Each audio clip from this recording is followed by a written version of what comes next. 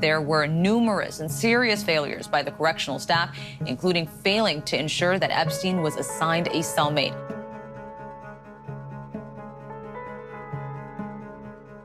Amado Carrillo Fuentes. Taking over the Juarez cartel, Amado Carrillo Fuentes became one of the most infamous and elusive drug lords of his generation. He literally flew over the DEA's radar, moving drugs via jets. Earning the nickname Lord of the Skies, Carrillo's reign came crashing down in July 1997. He was the king of political law enforcement corruption in Mexico. There was a time when Amado was moving drugs in old commercial airliners, moving it by the ton. 10 tons of coke, pure Colombian coke. The 40-year-old kingpin checked into a small Mexican clinic for liposuction, as well as plastic surgery to drastically alter his face. It's believed that Carrillo wanted to change his appearance to evade authorities. This ironically proved to be Carrillo's undoing. After 8 hours of surgery, Carrillo died in his hospital bed, apparently due to complications. DEA Administrator Thomas A. Constantine found some satisfaction in Carrillo's death, saying, quote, "There is a special place in hell for those like him." After the death of Amado Carrillo Fuentes, a drug war in the true sense of narco-traffickers fighting each other emerged. Showman Banerjee. Behind the bow ties, collars, and SNL sketches, Chippendales houses a dark story laced with money, fire, and murder for hire. Showman Steve Banerjee founded Chippendales, trailblazing the idea of male dancers taking it off. Banerjee was intimidated by competition, plotting to burn down rival club Moody's Disco. He was all about making the buck, and whatever got in his way, he would try to eliminate, not only his competition, but people that he felt had done him wrong. He also had a bone to pick with business partner and choreographer Nick DeNoia, ordering his assassination. In addition to having DeNoia killed, Banerjee conspired to take out 3 other former Chippendales employees before being apprehended. Shortly after accepting a plea bargain of 26 years, Banerjee was found dead in his cell with a bedsheet piece around his neck. Chippendales and its assets went to Banerjee's wife, who sold the brand for $2.5 million. Steve Banerjee had immigrated to the United States to fulfill his dreams of success.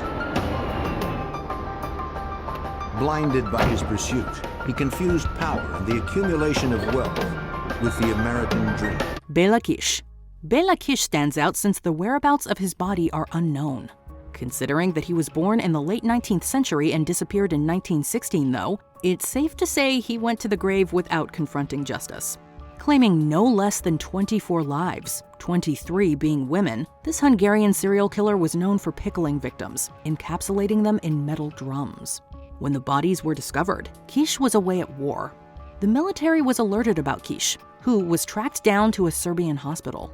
Before he could be apprehended, Kish flew the coop. Kish was supposedly spotted a few times afterward, the most recent alleged sighting being in 1932 in New York. Whether or not this was Kish, justice remained a step behind. Philip Markoff. On paper, Philip Markoff had a bright future ahead of him, attending Boston University School of Medicine and engaged to a fellow medical volunteer. This was, by all accounts, an all-American boy. Good-looking guy. Friends say he was very normal. Went to parties in college, the kind of guy that would be walking around the campus. Markoff's desktop painted another portrait. The medical student was linked to 3 robberies, one of which ended in murder. The 3 victims had all posted ads on Craigslist, which Markoff allegedly responded to. I think Philip Markoff gave in to his demons. He completely gave in to his dark side. Dubbed the Craigslist killer, Markoff insisted that he was innocent, although his actions while incarcerated suggested otherwise. I would say this was overwhelmingly the most damning amount of physical evidence I've ever found in a case. After multiple attempts to take his own life, Markoff's body was discovered in his cell. At the time of his demise, Markoff was facing charges of armed robbery and first-degree murder, among others. His death occurred almost exactly 1 year after he was supposed to get married. Had this case gone to trial, there is no doubt whatsoever in my mind that we would have convicted him of murder in the first degree, and he would be spending the rest of his natural life in prison. Alva Campbell. Committing multiple crimes across various countries, Alva Campbell was convicted of murdering a man at a Cleveland bar in 1972. He was paroled after 2 decades, but he returned to court in 1997, facing armed robbery charges. Faking being paralyzed, Campbell leapt from his wheelchair, carjacked teenager Charles Diles, killed him, and was eventually caught again. Franklin County prosecutor Ron O'Brien described Campbell as, quote, the poster child for the death penalty. He was tried and convicted and sentenced to die. That was 20 years ago. And that's another reason, Abe Bonowitz says, a sentence of death in prison makes more sense than execution. While Campbell was scheduled to be executed in 2017, the medical team struggled to find a vein to inject the lethal dose. They spent a lot of time with that ultraviolet light and the tourniquets on his arms, and they tried, but it wasn't there. The execution was postponed to 2019, although it was believed that Campbell wouldn't live that long due to his deteriorating health. These suspicions were correct. Campbell died from terminal conditions in March 2018. Doyle Hamm. Doyle Hamm was sentenced to death after murdering motel clerk Patrick Cunningham in 1987. Like Alva Campbell, though, Hamm's health declined faster than the wheels of the justice system. In addition to being diagnosed with lymphatic cancer in 2014, Hamm lived with hepatitis C. The medical staff spent over 2 hours trying to locate a suitable vein, missing the execution deadline. It was a time issue that, because of the lateness of the hour, they recommended that we not continue. You could say that Hamm cheated death, but the effects of the failed execution reportedly left him as, quote, a shadow of himself. Although Hamm pursued legal action as a second execution was pursued, the cancer ultimately claimed his life in 2021. While he dodged the death chamber, Hamm arguably traded one grim fate for an even slower, more painful end. Deborah Jean Pelfrey. The D.C. madam, a woman who powerful men feared for what she knew about them. Coming from a legal background, Deborah Jean Pelfrey was driven to start her own escort business. This led to a 1992 conviction, with Pelfrey spending 1.5 years behind bars. She went on to create another escort agency, Pamela Martin and Associates, in Washington, D.C. You could drive down the streets of Washington and look at every building on your left and your right, and in each and every one of those buildings, we had clients. Nicknamed the D.C. Madam, Martin amassed a list of prominent clients, including Louisiana Senator David Vitter.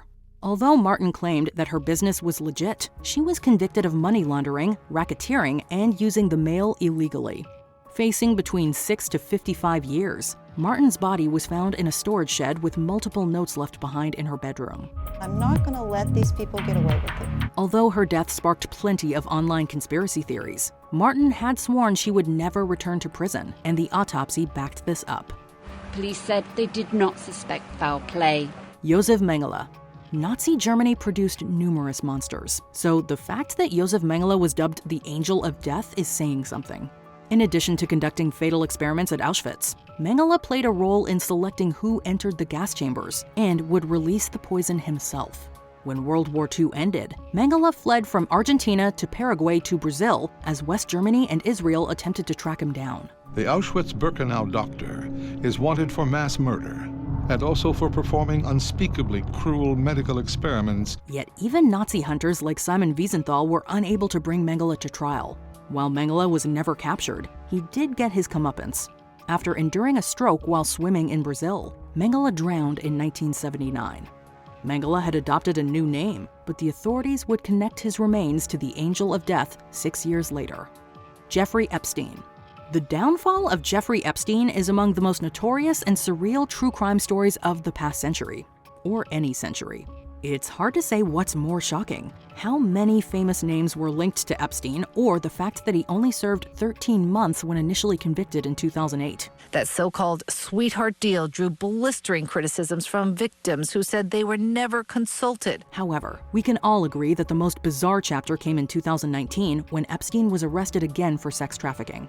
Just over a month later, it was determined that Epstein hanged himself in his cell. The DOJ says there were numerous and serious failures by the correctional staff, including failing to ensure that Epstein was assigned a cellmate. Countless conspiracy theories followed in place of what undoubtedly would have been a trial for the ages. I'm sure many people wanted him dead. He had a lot of information on a lot of people, a lot of blackmail, videos and pictures. Epstein didn't get his day in court, but his partner Ghislaine Maxwell did, being sentenced to 2 decades in federal prison. Lee Harvey Oswald. Another conspiracy theory magnate, Lee Harvey Oswald would go down in infamy as the man who shot President Kennedy. We do know this: that day marked the end of an era. The end, as a grieving Mrs. Kennedy suggested, of Camelot. Surprisingly, Oswald initially wasn't arrested for Kennedy's assassination, but for the killing of Officer J.D. Tippit, who he shot after fleeing from the book depository. It didn't take long for the authorities to link Oswald to Kennedy's murder. Any effort to explain what happened in Dallas must explain Lee Harvey Oswald.